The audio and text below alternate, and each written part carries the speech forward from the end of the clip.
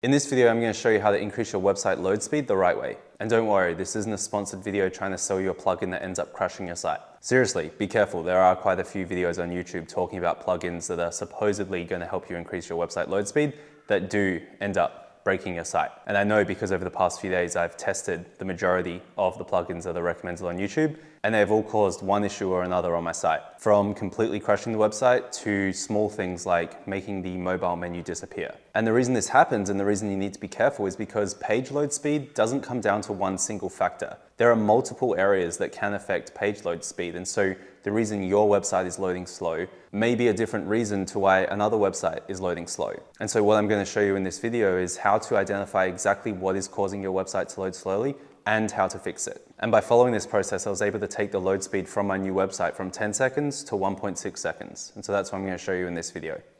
All right, so the first thing we want to do is go to tools.pingdom.com. I'll leave a link in the description below so you can get here.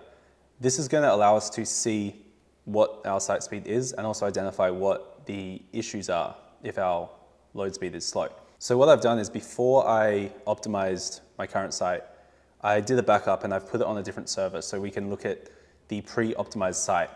And so that's here. And all we need to do is copy the domain and put it in here.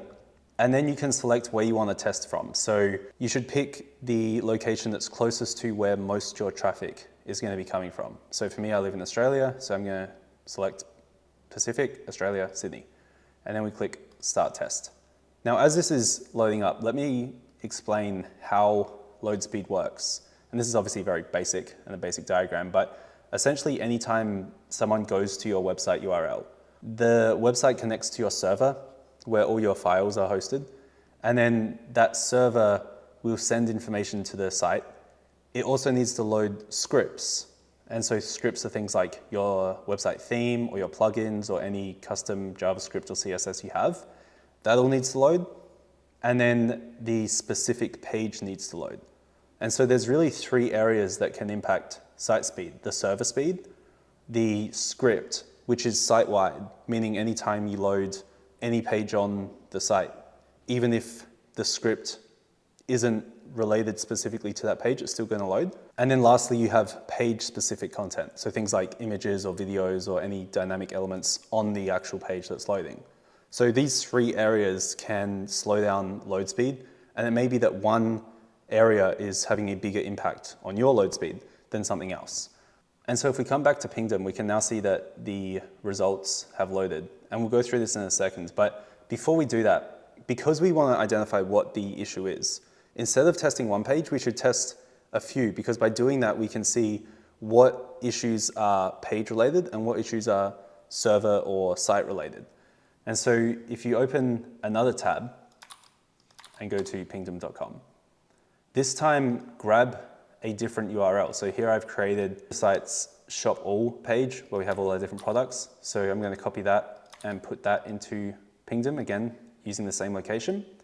And then I'd suggest doing it a third time, but this time create a page on your site that has nothing on it. So here I've just created a new page and it's completely empty, because with this page, we can see how long does it take to load a page even without content. And so same thing again, copy that, go to Pingdom, select the area and start test. And so what we've done is we've created 3 tests for 3 different pages on your site. One for the home page, one for a page that has a lot of content, and a third for a page that has no content. And so now what we can do is we can compare the load speeds on different pages. And so starting with the page that had no content, you can see that it's got a 4.5 second load time. The page size is 2.5 megabytes. If we compare that to the home page, this has a page size of 9.1 megabytes, which is significantly higher, and a load time of 6.5 seconds. And so what you can see is the page with no content compared to the page with 9 megabytes of content, which is quite high for a page. This one with no content is taking 4.5 seconds to load, and this one's taking 6.5 seconds to load. So even without content on this site, we've got 4.5 seconds of load time. And then the 9 megabytes of content is only taking about 2 seconds.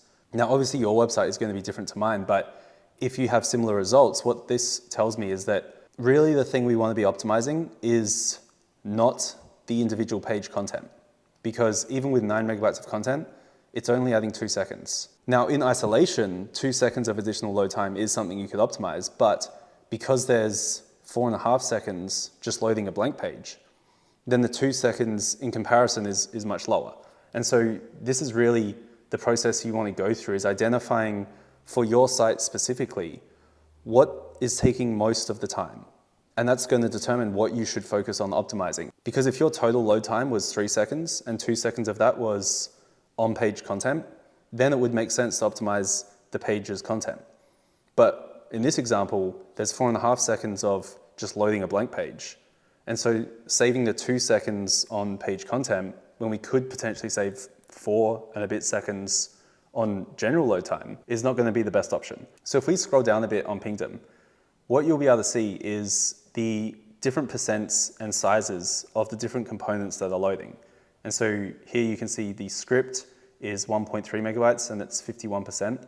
The images are 700 kilobytes and it's 28%, and so on. And so again, this is an indicator of where you should focus on optimizing. If you had images here and it was 90%, then obviously that's what you should try to optimize, the images, because it's going to be the biggest mover and you're going to get the best results for your time. And that's something that you really want to prioritize, because unless you're very experienced with editing and optimizing websites, then any change you make has the potential to crash the site or cause an issue. And so we want to minimize the things we're changing at all times.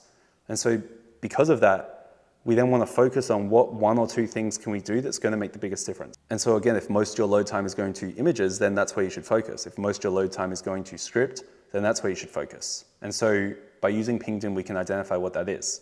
And so now that we've identified that, we can now look at how to actually optimize these different things. And so if we scroll down a bit further, we can see we have the file requests and the times for the different elements on the page that are going to load. If we change this to load time, we can then come across here and it's in reverse order. So if we go to the final page, we can see what's taking most time. And so here you can see just loading the page is taking about 2 seconds.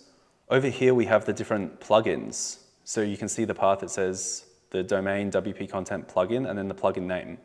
And so this plugin here is taking 0.7 of a second to load. This one, similar. And so all of these different plugins are loading, even though those plugins aren't being used on the specific page we checked or tested. And so seeing this, the first thing I would do is look at these different plugins. And you can see here is WooCommerce. This one is WooPro Slider. This one is the themes plugin. And it says the URL, that's how I'm seeing this. First of all, if there's any plugins that you're not using or you don't need, you should deactivate or delete them. And so you could go through and see this plugin, am I using it? Yes or no? If no, delete it. Then go to the next one. And so by doing that, you can remove the different scripts that are loading and taking a lot of your load speed. So that's one way to reduce script, deleting plugins. What about if you've got images that are taking a lot of load time? Well, there's 2 ways to do this. If you're optimizing one single page, and let's say there's 10 images on the page, then it might make sense to go and optimize each image individually. And so to do that, you can go to a site called TinyPNG. I'll leave that in the description too. And you basically just upload an image and it will compress it. And so if the image was 200 kilobytes, it might bring it down to 50. And a lot of the quality stays the same. And so it's a good practice or routine to get into. Every time you upload an image to your website, run it through here, it will reduce the size of the image. And so you could do this and go through image by image. But if you've got lots of images on your website, then it might make sense to actually use a plugin to compress images automatically. And so one plugin that I've used with no issues is called Short Pixel. And so in WP Admin, you can go to Add New Plugin and search Short Pixel. And it's this one here, Short Pixel Optimizer. And you can download this and activate it, and it will go through and compress your images. Now, at the start of the video, I spoke about being careful of plugins and how they can cause issues with your site. The reason I'm recommending this one is because it does one specific thing. It compresses images. Compare that to another plugin that increases site speed globally.